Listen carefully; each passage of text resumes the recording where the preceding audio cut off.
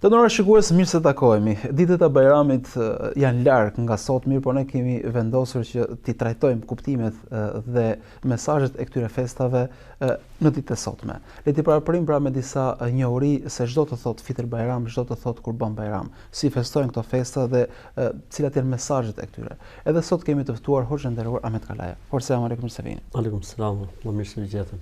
Hoxh, nëse do i përkthejmë këto dy festa, si mund t'i përkthejmë në shqip? Në gjuhën arabe i thonë Eid, si më thonë festës në përgjithësi, dhe Eid Fitr i thonë Fitr Bajramit, dhe Eid Adha i thonë Kurban Bajramit, si më thonë. Kështu që Bajram faktikisht vjen nga turqishtja me sa duket, që nuk kupton festën dhe gëzimin e madh. Ndërsa në origjinë, si fjalë Eid nuk kupton diçka që përsëritet në një kohë fikse vazhdimisht. Pra diçka konstante që përsëritet gjithmonë në të njëjtën kohë. Gjithmonë ne theksojmë se në Islam festat nuk janë thjesht përkujtimore apo përsëritje datash apo ditësh. Në Islam, nëse ka diçka që është fest, është brenda saj edhe mirësia dhe bekimi që rikthehet në të njëjtën ditë.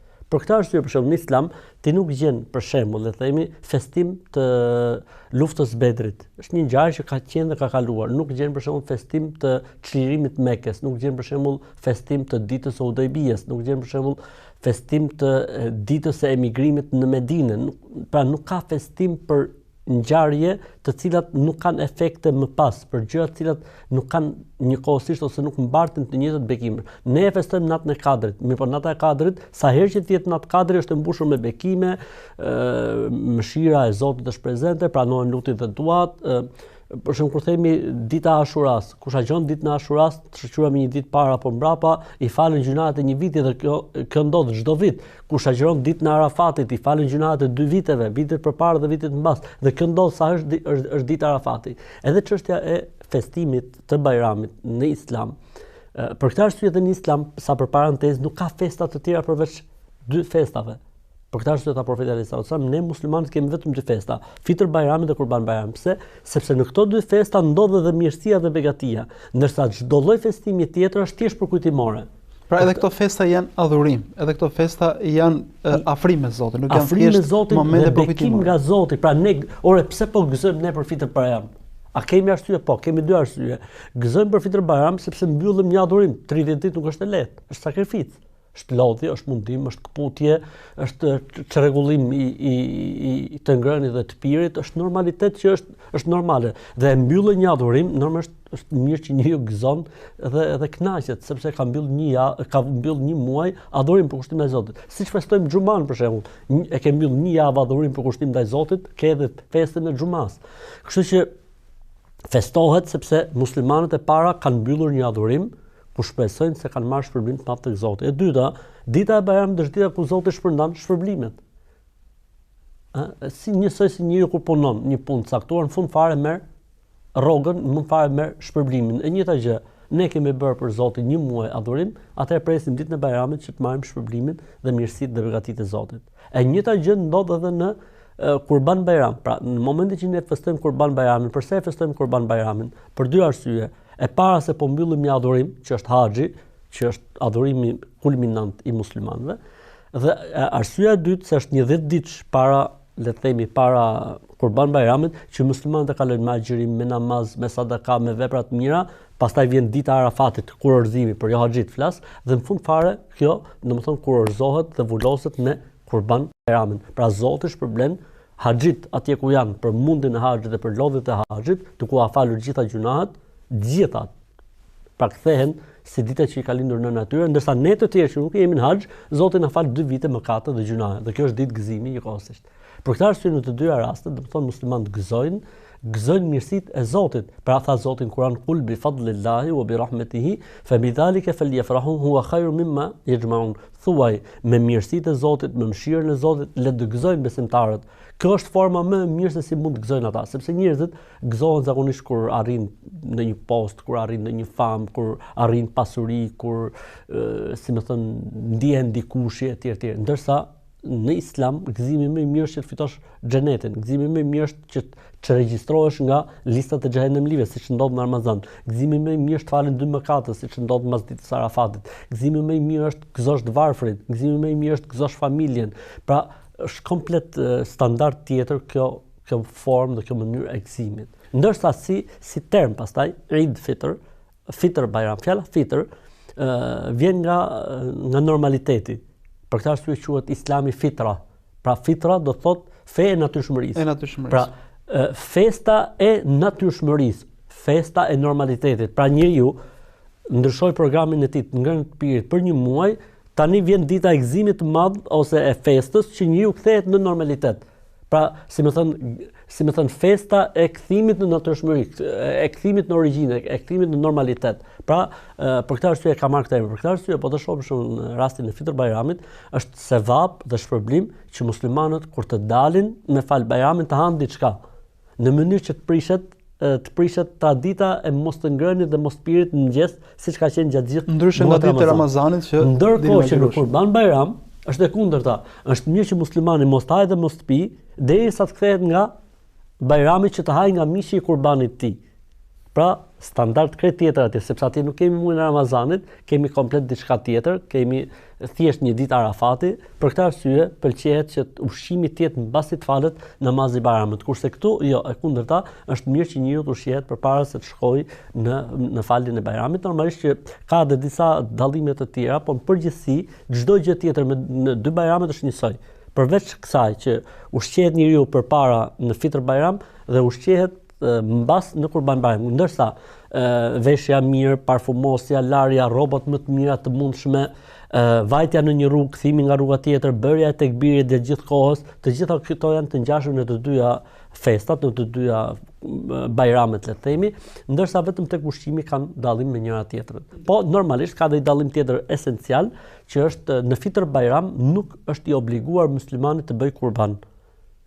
Kurbani bëhet vetëm në Kurban Bayram, ose në gjuhën popullore i thon Fitr Bayramit Bayrami i Madh dhe i thon Kurban Bayramit Bayrami i Vogël. Faktikisht ky lloj emërtimi nuk është se ka diçka, domethënë, po faktikisht në Fitr Bayram nuk ka kurban, ndërsa në Bayramin tjetër pra ka kurban, në Bayram të vogël ka kurban faktikisht, që është therrja e kurbanit. Ndërsa në Fitr Bayram njeriu mund therrë kurban, nuk ka asnjë problemi, por nuk është obligim, as nuk është sunet. Nëse ti do ta therrësh që të shpërndahesh për të varfrit apo të gëzosh familjen, nuk ka asnjë problemi. Ndërkohë, Fitr Bayrami është një ditë pasi ne japim sadakan e fitrit. A kanë lidhje këto të dyja, pra Fitr Bayrami me si emërtim? Si emërtim. Po, kanë të bëjnë me njëra tjetrën. Sadakaja e fitrit është sadakaja e natyrshmërisë. Pra, është natyrshme për njeriu që në Ramazan mos të jetë 100% korrekt. Është natyrshme në Ramazan që njeriu mos të jetë 100% korrekt. Atëherë jep sadakan e natyrshmërisë. Pra, paguan taksën e të qenit natyrshëm. Pra, jo korrekt në Ramazanin tënd, atëherë pra për çdo mangësi e dëmshpërblen. Thonë këtë natyrshmëri tënde të gabimeve dhe të mëkateve, sepse jemi njerëz. E përderisa jemi njerëz dhe jemi në këtë botë, është normale. Kështu që është normale që çdo njeri në Ramazan mos të ketë qenë korrekt 100%. Atëherë, këtë mungesë korrektësie e paguan me një lloj takse të vogël që quhet sadakaja e fitrit ose zakati i fitrit. Pa ka të njëjtin kuptim dhe kthehet tek njëjti kuptim. Arsyeja pa arsyeja dy që quhet sadaka fitri është se qëllimi i sadakas fitrit është që ditën e Fitr Bayramit, pra thuhet që e ka marrë emrin nga kjo e para, dhe thuhet që e ka marrë emrin nga fakti që ditën e Fitr Bayramit mos ketë njerëz që vuajnë nga etja ose uria. Për këtë arsye quhet sadakatul fitri. Pra po ta përkthesh në këndvështrimin e dytë, sadakaja e Fitr Bayramit. Pra ti po jep një sadaka që ditën e Fitr Bayramit gjithë kësojnë. Pra qëllimi është që mos ketë njerëz atë ditë, siç e tha profeti sallallahu alajhi wasallam kur u pyet për arsyeën e sadakas fitrit, tha nuk duhet të ketë në atë ditë gëzimi njëri që vuan nga etja ose nga uria. Ndërkohë, nëse mund na tregoni si mund festohet më së miri këtë, si mund kalohet më së miri. Zakonisht festat vijnë në formë pushimi, në formë pauze, pra njerëzit kanë punuar dhe pastaj bëjnë pushim. Ndërkohë në Ramazan kemi agjëruar 30 ditë, kemi bërë adhurime, kemi lexuar Kur'an, ndërkohë në Bayram bëjmë pushim, pra si është ky raporti me adhurimet, pra gëzimi do thot pavarësi ndaj adhurimeve, apo është një gëzim I cili plotësohet duke I shtuar madhërimet, dhikrin apo adhurimet Zoti I Madh kur flet në Kur'an për të dyja mbarimet e adhurimeve, si për mbarimin e adhurimit të Ramazanit, si për mbarimin e adhurimit të Haxhit, në të dyja rastet Zoti na orienton tek përmendja e Tij shumë. Thot Zoti për Fitr Bayramin, kur flet për Ramazanin, thot فمن شهد منكم الشهر فليصم ومن كان منكم مريضا أو على سفر فعدة من أيام أخرى يريد الله بكم اليسر ولا يريد بكم العسر ولتكملوا العدة të plotësoni muajin e plot ولتكبروا الله على ما هداكم mbasi ta plotësoni muajin madhëroni Allahun që ju udhëzoi në Islam لتكبروا الله على ما هداكم ولعلكم تشكرون dhe që të jeni vazhdimisht falendërues ndaj Zotit. Pra është e vërtetë që është ditë gëzimi dhe ditë feste, është e vërtetë që ne presim si më thonë dhuratat nga Zoti I gjithësisë, po kjo nuk do të thotë që atë ditë s'do të falemi, as kjo nuk do të thotë që atë ditë do të jemi të shkujdesur, përkundrazi, namazi I asaj dite kërkohet, le të themi bamirësia në atë ditë kërkohet. Po normalisht ka një dallim. I jem më shumë përkushtuar ndaj le të themi relaksit familjar, ndaj familjes normalisht sepse e cila edhe kjo pas është adhurim. Edhe kjo është në vetvete adhurim, një formë adhurimi, sepse profeti alayhis salam tha o profeti I Zotit tha, nëse e kam 1 dirhem, kujt t'ja jap? Tha jepja vetes tate. Tha nëse e kam dhe një tjetër, tha jepja familjes tënde. Pra dirhemi më I mirë që mund shpenzoj njeriu, pra paraja më e mirë që mund shpenzoj njeriu, është paraja për familjen e tij. Kështu që nganjëherë ne I ngatrojmë gjërat dhe mund të lejmë familjen tonë, domethënë nuk japim hakun ashtu siç duhet, se themi po bëjmë diçka më të mirë jashtë. Jo, mirësia fillon familjen tonë. Për këtë arsye dhe dita e Bayramit është një mesazh shumë I rëndësishëm që vendin e familjes, pozicionin e familjes, rolin e familjes nuk ka gjë në këtë botë që e zen. Dhe ne jemi dëshmitar të faktit me rastin e pandemisë që kemi kaluar të gjithë se në fund fare kush mbetej? Familja mbetet. Dhe kjo është e vërteta. Pra sikur mos kishte mesazh dhe urtësi gjë tjetër, pandemia që kaloi gjithë bota, vetëm mesazhin e familjes dhe rëndësia që ka familja. Dhe se vendin dhe pozicionin e familjes nuk ka gjë që e zen, do të ishte më se mjaftueshme që ne të rikthehemi edhe një herë dhe të rishohemi edhe një herë pozicionimin tonë në raport me familjen. Ndërkohë ne jemi një popull I cili kemi shumë dita festive në kalendar. Festojmë pothuajse për çdo fenomen natyror. Ndërkohë duket sikur festa e Fitr Bayramit dhe Kurban Bayramit nuk lidhet me një ditë përkujtimore, po nuk lidhet shumë dhe me sofrën, sepse shpesh njerëzit madhsinë e festës e shohin tek madhësia e sofrës. Pra duket sikur është madhërimi I Zotit, falënderimi I Zotit, lidhja me Zotin, ajo që e kthen këtë. E kush diferenca, nëse mund të bëjmë diferencë mes asaj që njerëzit festojnë zakonisht dhe festave që janë adhurim? Jo, në festat islame nuk do thotë që s'ka sofër. Edhe nuk do thotë që s'mbushet sofra më mirë se herët e tjera. Jo, është e vërtetë që në festat islame është e vërtetë, edhe Fitr Bayram, domethënë ata ka atë le të themi traditën e vet se si orientohet. Gjithsesi nuk është aty gara, kush e ka sofrën më. Nuk është aty gara, po ka se mos ta shfuqizojmë krejtësisht, po më shumë është shpirtërore. Se edhe kur theret kurbani, çfarë bëhet me mishin e kurbanit? 1/3 e mban ai që e ka therrur. Do të thotë që do të ushqehet me të, pastaj 2/3 I jep për sadaka ose I jep dhuratë. Kështu që domethënë nuk është aty gjithçka, se ajo më shumë te ka pjesën e shpirtërore, domethënë njeriu në rastin e Fitr Bayramit pret mirësinë e Zotit, në rastin e Kurban Bayramit pret edhe aty mirësinë dhe shpërblimin e Zotit, dhe në të dyja rastet kemi që s'duhet ta harrojmë asnjëherë është prezenca jon me shtresën e marginalizuar, domethënë me shtresën e cila është në vuajtje, në probleme, në sikletë dhe në halle. Në rastin e Fitr Bayramit jepet për ata diçka për çdo antar të familjes, edhe në rastin e Kurban Bayramit 2/3 e kurbanit shkojnë pikërisht për njerëzit nevojë, në mënyrë që ne kuptojmë se njeriu nuk mund të bëjë festë I vetëm, po duhet të jemi të gjithë bashkë që festojmë, edhe gëzimi dhe hareja duhet të jetë domethënë sa më shumë e përhapur në shoqëri, në të gjitha shtresat e shoqërisë. Ndërkohë, nëse do të jepet disa këshilla, disa orientime specifikisht çfarë mund të bëjmë atë? Përmend pak që rroba e pastër e veçantë, dalja në rrugë, urimi të tjerëve, përfshirja e familjes, cilat janë disa, po themi, disa këshilla se si mund të kalojmë më mirë kjo ditë. Në e para gjë, domethënë në të dyja rastet do të ndjekim le të themi ato porositë profetike, pra siç e thash, domethënë që njeriu për Bayram, profeti alayhis salam përdorte rrobat më të mira të tij për Bayram ose për ditë xumaje. parfumin e tij më të mirë e përdorte për Bajram ose për ditë xhumaje. Normalisht larja, rregullimi, le të themi, i lukut, i paraqites atë kjo është për edukatës së Bajramit.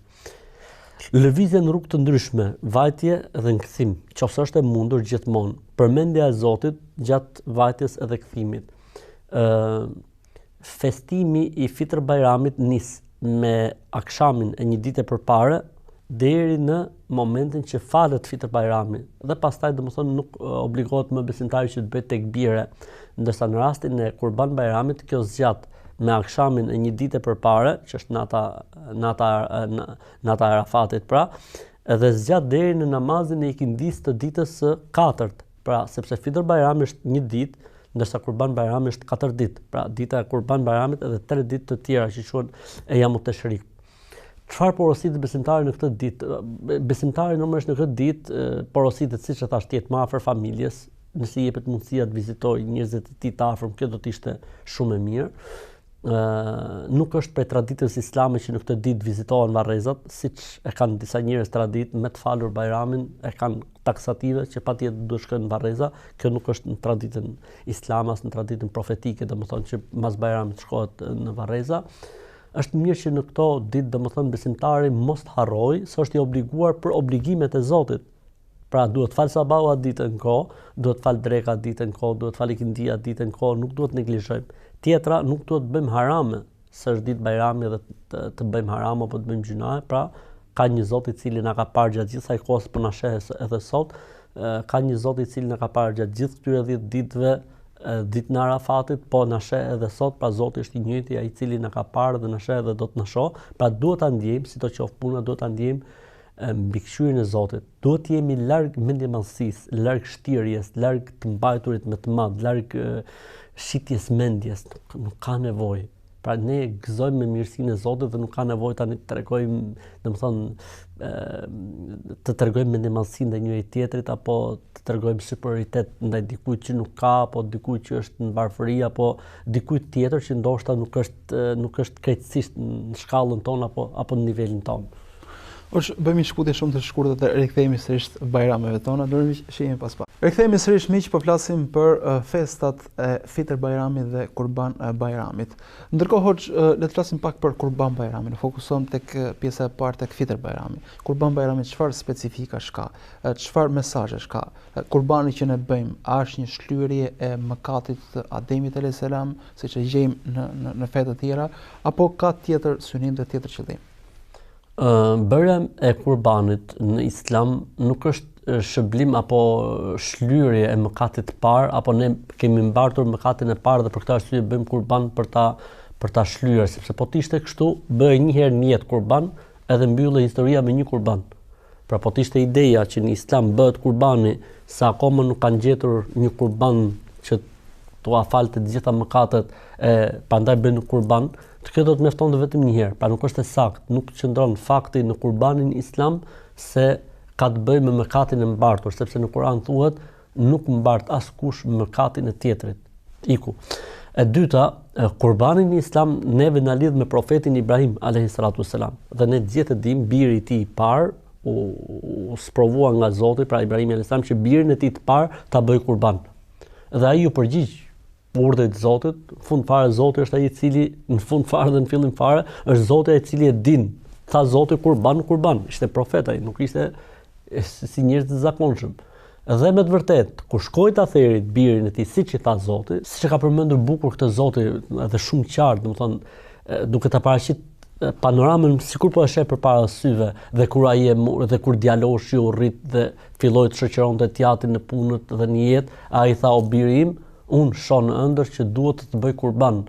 Tha o baba im, përderisa ty të vjen kjo gjë pra nga Zoti, atëherë bëj çfarë i urdhëruar, se unë inshallah me shpresën e Zotit do të jem durimtar. E kur e mori të birin dhe e ktheu me fytyrën në tokë dhe bëri për ta thërë kurban, ne e thirrëm o Ibrahim, e çove në vend premtimin, pra urdhrin e Zotit. Ta kemi zëvendësuar kurbanin, birin tënd, me një kurban tjetër, dhe Zoti solli nga xheneti një kurban dhe ishte një dash i madh, i bëshëm, aq i madh ishte sa që ishte ngatruar, si më thon, brinjtë e tij në degët e pemës, dhe Ibrahimi alayhis salam e bëri kurban. Dhe haxhi në Islam është një rit adhurim ndaj Zotit, por që ka të bëjë shumë me gjurmët e Ibrahimit alayhis salam. Për këtë arsye tha profeti alayhis salam, "Ash-shaytanu tarjumun wa sunnata abikum Ibrahim tattabi'un." Kur gjuni guralecat faktikisht po gjuni shejtanit dhe po ngjallni traditën e Ibrahimit alayhis salam. Pra haxhi, pavarësisht është një adhurim islamik që kushtohet Zotit dhe i mësuar dhe i orientuar nga profeti alayhis salam, faktikisht është një adhurim që ka të bëjë shumë me ringjalljen e traditës së Ibrahimit alayhis salam, gjë që tregon që ne jemi akoma në gjurmët e Ibrahimit alayhis salam.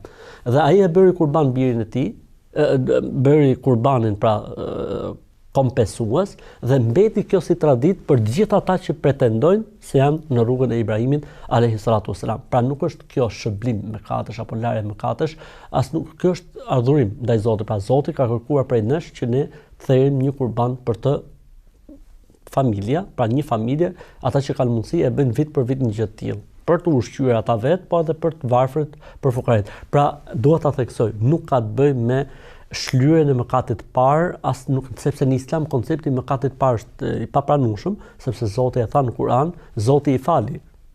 Thjesht i ndëshkoi duke i zbritur në tokë, i fali për gabimin që bën Ademin dhe Havan dhe i zbriti në tokë.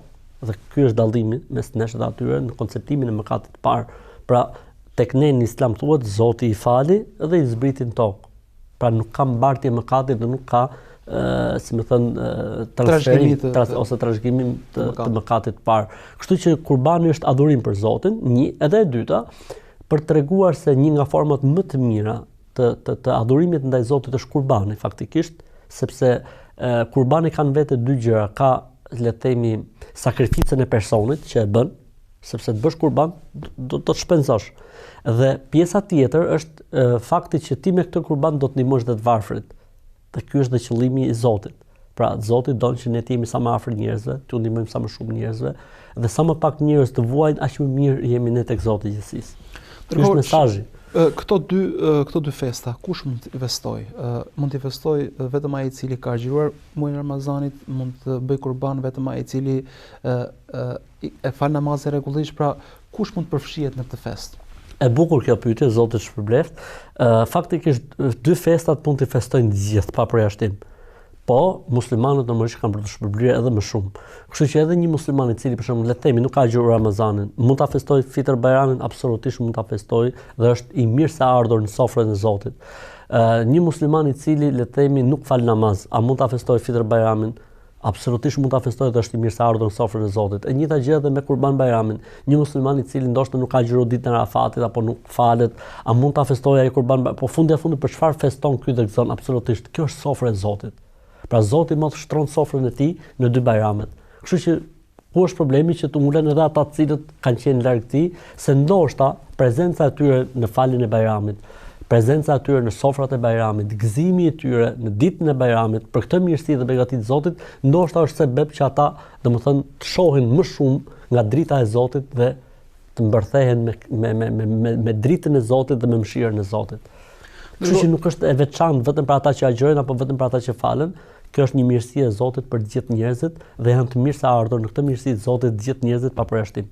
Pra duket sigurisht një festë për të gjithë dhe një festë e cila nuk mund të bëhet ndryshe vetëm se duke përfshirë sa më tepër njerëz. Ndërkohë, le të ndalim në këto minuta të fundit tek mesazhet e këtyre dy festave. Siç thash, ne jemi një shoqëri e cila ka shumë festa dhe në festat e tjera shpesh fillon meraku sepse mund të ketë dhe tragjedi, shpesh dhe bilance lufte nga alkooli, nga fishekzjarët, nga zjarret e ndryshme, ndërkohë që këto dy festa dallojnë komplet nga gjithë natyra e festave të tjera. Absolutisht nuk kemi të dehur, nuk kemi të ekzistentuar për shkak të këto dy festa fillojnë me falje namazit, vëlla.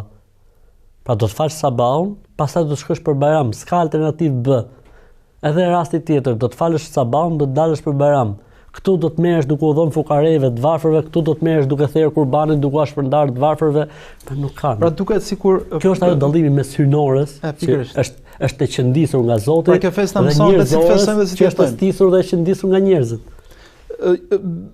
Sa e rëndësishme është që ti kuptojmë këto festa jo vetëm si ditë gëzimi, po edhe si mesazhe për të jetuar përtej këtyre festave pastaj. Absolutisht. Domethënë synimi kryesor dhe qëllimi kryesor është që të jemi sa më pranë Zotit dhe sa më pranë njerëzve.